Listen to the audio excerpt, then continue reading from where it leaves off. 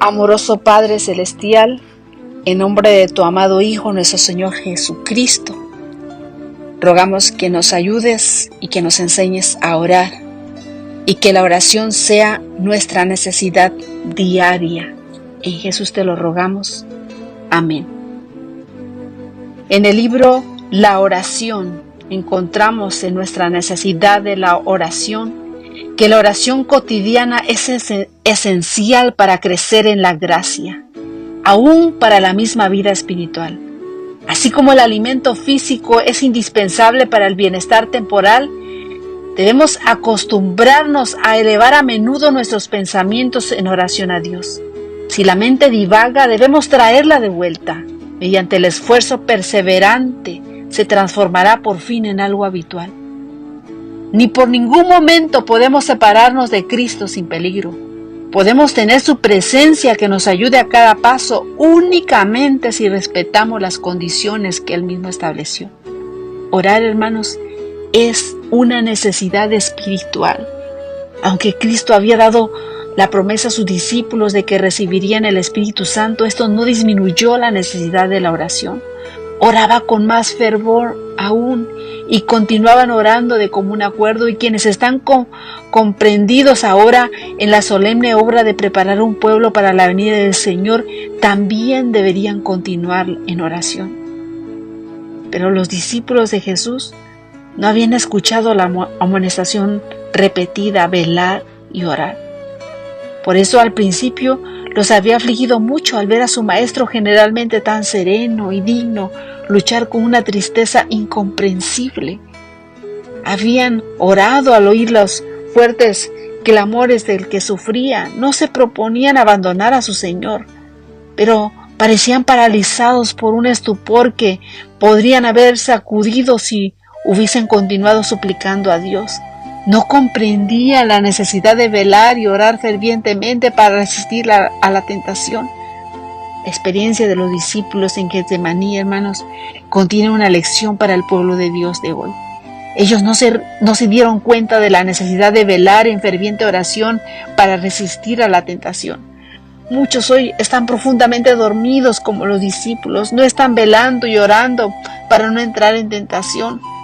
Leamos y estudiemos cuidadosamente y a menudo esas porciones de la palabra de Dios que tienen especial referencia a estos últimos días, indicando los peligros que amenazarán al pueblo de Dios. Hermanos, la oración es la vida del alma. La oración es una necesidad porque es la vida del alma. La oración en familia, la oración en público tiene su lugar, pero es la comunión secreta con Dios la que sostiene la vida del alma. La oración es necesaria para la salud espiritual. Varias veces por día debería consagrarse momentos preciosos, áureos, a la oración y al estudio de las Escrituras, aunque solo fuese para memorizar un texto a fin de que la vida espiritual pueda existir en el alma. Los intereses variados de las causas que constituyen el alimento para la reflexión y son una inspiración para nuestras oraciones. La comunión con Dios es sumamente esencial para la salud espiritual. Y es en esa comunión solamente que podremos obtener la sabiduría y el juicio recto tan necesarios en la realización de cada deber. El ejemplo de nuestro Señor Jesucristo demuestra la necesidad de la oración. Si los que hacen oír las solemnes notas de amonestación para este tiempo pudiesen comprender cuán responsables somos ante Dios, veríamos la necesidad que tenemos en la oración ferviente, cuando las ciudades eran acalladas en el sueño de la medianoche, cuando cada hombre había ido a su casa. Cristo, nuestro ejemplo, se dirigía al monte de las olivas y allí, en medio de los árboles que le ocultaban, pasaba toda la noche en oración. El que no tenía mancha de pecado, el que era alfolí de bendición, aquel cuya voz oía la cuarta vela de la noche, cuál bendición celestial. Los aterrorizados discípulos en medio de un mar tormentoso y cuya palabra levantaba a los muertos de sus sepulcros, era el que hacía súplicas con fuerte clamor y lágrimas. No oraba por sí, sino por aquellos, por ti, por mí, a quienes había venido a salvar. Al convertirse en suplicante y a buscar de la mano a su Padre nueva provisión de su fuerza, salía refrigerado y vigorizado como sustituto del hombre, identificándose con la humanidad doliente y dándole un ejemplo de la necesidad de la oración.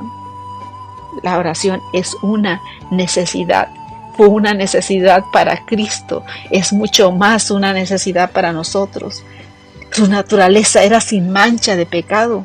Como hijo de hombre, oró al Padre mostrando que la naturaleza humana requiere todo el apoyo divino que el hombre puede obtener a fin de quedar fortalecido para su deber y preparado para la prueba.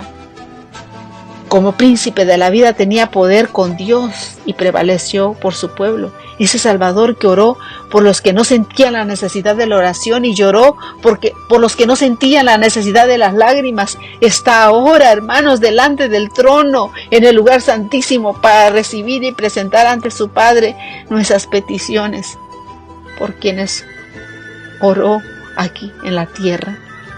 Nos toca a nosotros seguir el ejemplo de Cristo. La oración es una necesidad en nuestro trabajo por la salvación de las almas. Solo Dios puede dar el crecimiento a la semilla que sembramos. Jesús presentó la necesidad de la oración, instó a los hombres a reconocer la necesidad de la oración, el arrepentimiento, la confesión, el abandono del pecado. Les enseñó a ser honrados, tolerantes, misericordiosos, compasivos, recomendándoles amar no solo a quienes lo amaban, sino a los que los odiaban y los trataban despectivamente. En todo esto estaba revelándose el carácter del Padre, quien es longánimo, misericordioso, lento para la ira, lleno de bondad y verdad. Así como para Daniel, la oración fue una necesidad. Él estaba sujeto a las más severas tentaciones que puede asaltar a los jóvenes de hoy en día, y sin embargo era fiel a la instrucción que había recibido en sus primeros años. Se hallaba rodeado por influencias calculadas para trastornar a los que vacilasen entre los principios y las inclinaciones. Sin embargo, la palabra de Dios lo presenta como un carácter intachable. Daniel no osó en confiar en su propio poder moral. La oración era para él una necesidad. Hizo de Dios su fortaleza y el temor del Señor estaba constantemente delante de él en todas las transacciones de su vida. Por eso, hermanos, el progreso espiritual depende de la oración. Si hubiera más oración entre nosotros, más ejercicio de la fe viviente y menos dependencia de los demás, habríamos avanzado mucho más en inteligencia espiritual de lo que avanzamos hasta aquí. Necesitamos una vivencia profunda, individual, de corazón y del alma, y entonces seríamos capaces de decir lo que Dios está haciendo y cómo está trabajando. Necesitamos tener una experiencia viviente en las cosas de Dios. No estamos seguros a menos de que la tengamos. Hay quienes tienen una buena vivencia con Dios, hablan acerca de esto, pero cuando repasamos dicha vivencia nos damos cuenta de que no están de acuerdo con un así dice Jehová. Por eso, hermanos, si hubo un tiempo de nuestra historia en que necesitamos humillar nuestras almas delante de Dios, es ahora. Necesitamos ir a Dios con fe de que todo está por medio de la palabra y luego caminar en toda la luz y el poder que Él nos da. La oración es una necesidad diaria. La religión debe comenzar con el vaciamiento y la purificación del corazón y debe ser nutrida por la oración diaria.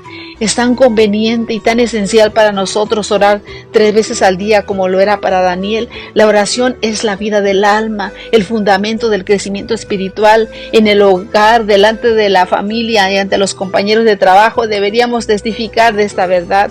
Y cuando tengamos el privilegio de encontrarnos con nuestros hermanos en la iglesia, hablemosle de la necesidad de mantener abierto el canal de comunicación entre Dios y el alma.